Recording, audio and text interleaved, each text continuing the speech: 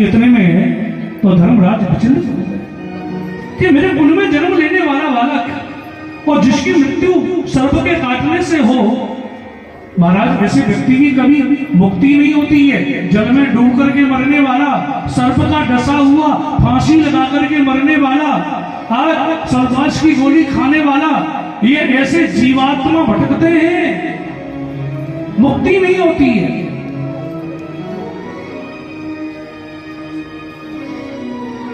विचलित हो गए धर्मराज। ब्राह्मण बोले महाराज ये कोई साधारण बालक नहीं है, ये बड़ा दिव्य बालक है। आप इसके अंतिम समय की चिंता मत करो, ये अपनी मृत्यु को सुधार लेगा। के गर्भे दृष्टि मनोध्यायन परिचितेन नरेश्वहा। ये बालक अपने मृत्यु को सुधार लेगा, चिंता मत करो। और इस बालक का नाम है विष्णुरात। बालक का नाम क्या रखा गया? विष्णुरात। लेकिन उसी बालक को आगे चल करके लोग कहने लगे परीक्षित। ब्राह्मणों ने जो नामकरण किया, कुंडली का नाम विष्णुरात था, लेकिन परीक्षित नाम कैसे पड़ा? कि जब इनका जन्म हो गया, इनकी माताजी इस बालक को जिसकी गोद में डाले, आंख फाड़ फाड़ करके ये देखते थे कि गर्भगत जो रक्षा करने गया था सुदर्शन चक्रधारी, गदाधारी, कहीं ये तो नहीं है। और हर आदमी में भगवान को देखते थे और इसीलिए हर आदमी की परीक्षा करने के कारण इनका नाम हो गया परीक्षित। परीक्षित का अर्थ क्या है? परीक्षित इतनी परीक्षित, जो दूसरों की परीक्षा करे उसका नाम है परीक्षित। ब्राह्मणों को दक्षिणा प्रदान करी और दक्षिणा लेकर के भूदेव वहां से निकल करके चले गए। कुछ समय व्यतीत हुआ है कि विदुरस तीर्थ यात्रायाम मैत्रेयादात्मनो गतिमो ज्ञात्वा गादिस्तनपुरा तया वाप्त विविष्टः। तभी विदुर जी महाराज पधारे।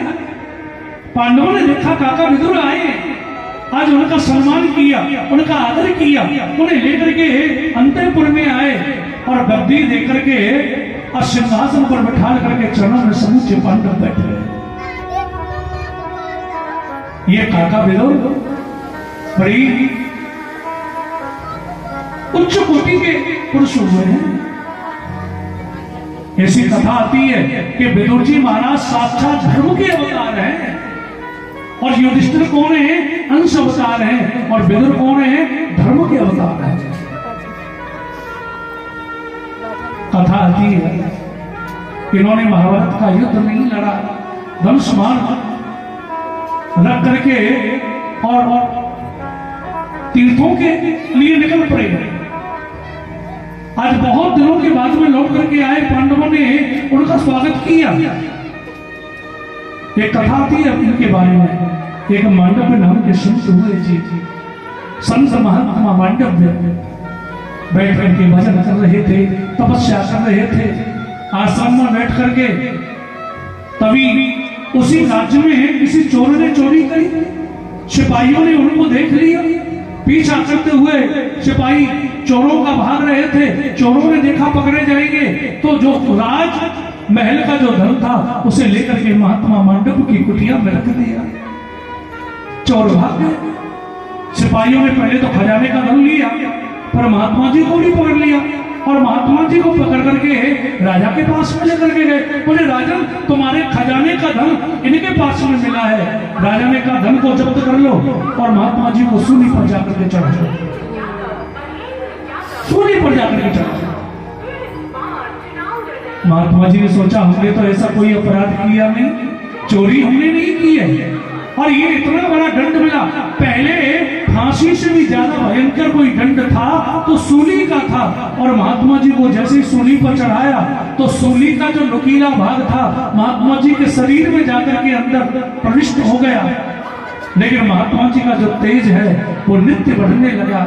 राजा ने सोचा ऐसे मैंने संत का अपराध कर दिया है, जो संत ने अपराध हैं और संत की शरण में गए और संत की शरण में जाकर के गिर पड़ी, महाराज मुझे क्षमा करना, मेरा कोई अपराध नहीं है, जैसा सेवकों ने कहा वैसा मैंने किया और उसी के आधार पर ये आदेश दिया। महात्मा जी को सूली से उतारने का प्रयास किया, लेकिन सूली का जो नुकीला भाग था वो निकलने में नहीं आया, महात्मा जी के शरीर में ही तोड़ दिया और उनका नाम पड़ गया अनी मांडव्य ऋषि। राजा भयभीत थे। महात्मा बोले मैं तुमसे तो कुछ नहीं कहूंगा, लेकिन धर्मराज से जाकर के पूछूंगा। जीवन में कोई पाप नहीं किया और उसका मुझे इतना बड़ा दंड मिला कि मेरे शरीर में सूली टूटी है। तो धर्मराज के पास में गए और धर्मराज से बोले धर्मराज मेरा वही खाता खोलो, मैंने जीवन में कोई पाप नहीं किया लेकिन आज सूली क्यों टूटी है। धर्मराज बोले महाराज संसार का जो जीव है वो अपने पुण्यों को याद करके रखता है, पापों को भूल जाता है, लेकिन मुझे तो सबके लेखा जोखा सब रखने पड़ते हैं ना। चित्रगुप्त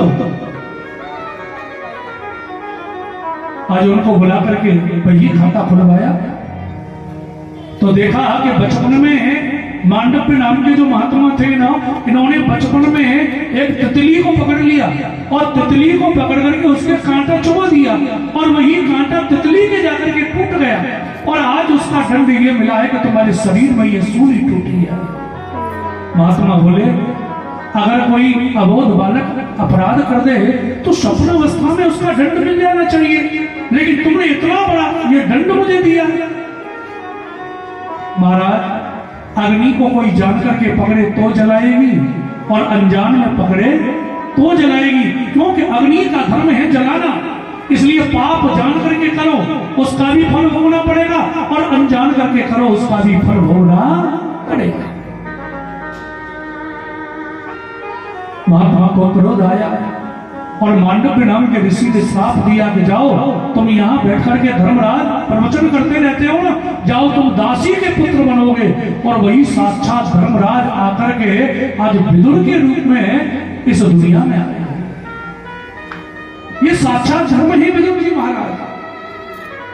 इसीलिए कहते हैं कर्म सावधान होकर के करो। अगर थोड़ी सी भी जीवन की कुछ गलतियां हो गई तो उसके लिए जीवन भर रोना होता है। सावधान होकर के करो। और महाराज आज बड़ी सुंदर सुंदर ये कथा जो कि सूची महाराज सौनकादिक ऋषियों को सुना रहे हैं।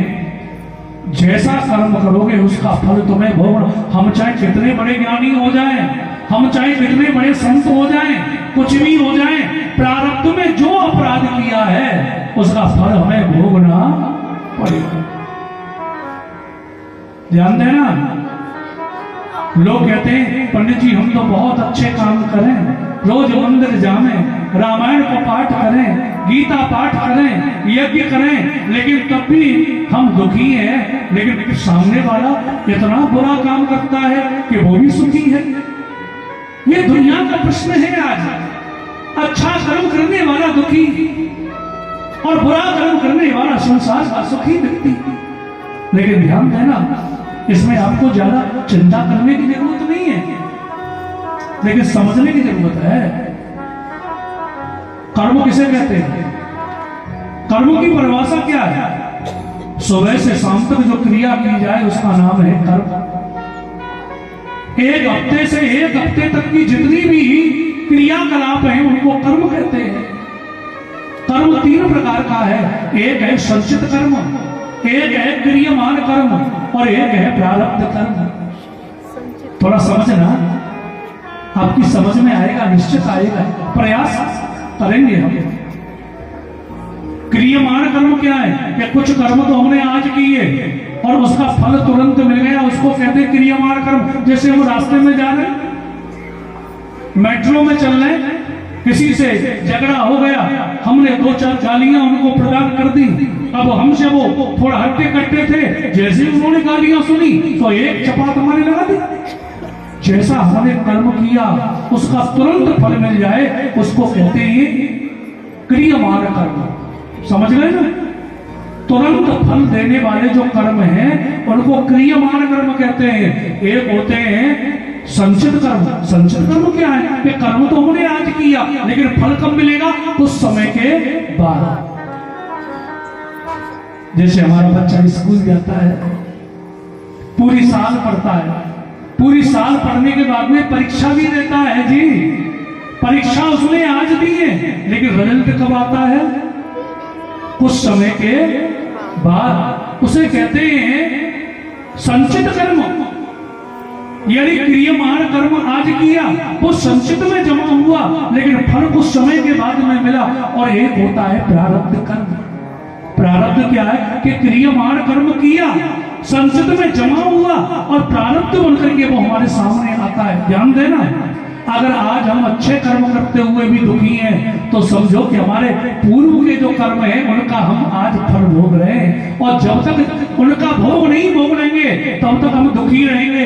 और जो बुरा कर्म करने वाला सुखी है, समझो कि वो पूर्व में अच्छा करके आया है, उसका फल भोग रहा है। और जिस दिन पूर्व का उसका अच्छा कर्म समाप्त हो जाएगा, इस जन्म में जितना उसने बुरा कर्म किया है उसका फल उसको भोगना पड़ेगा। देखा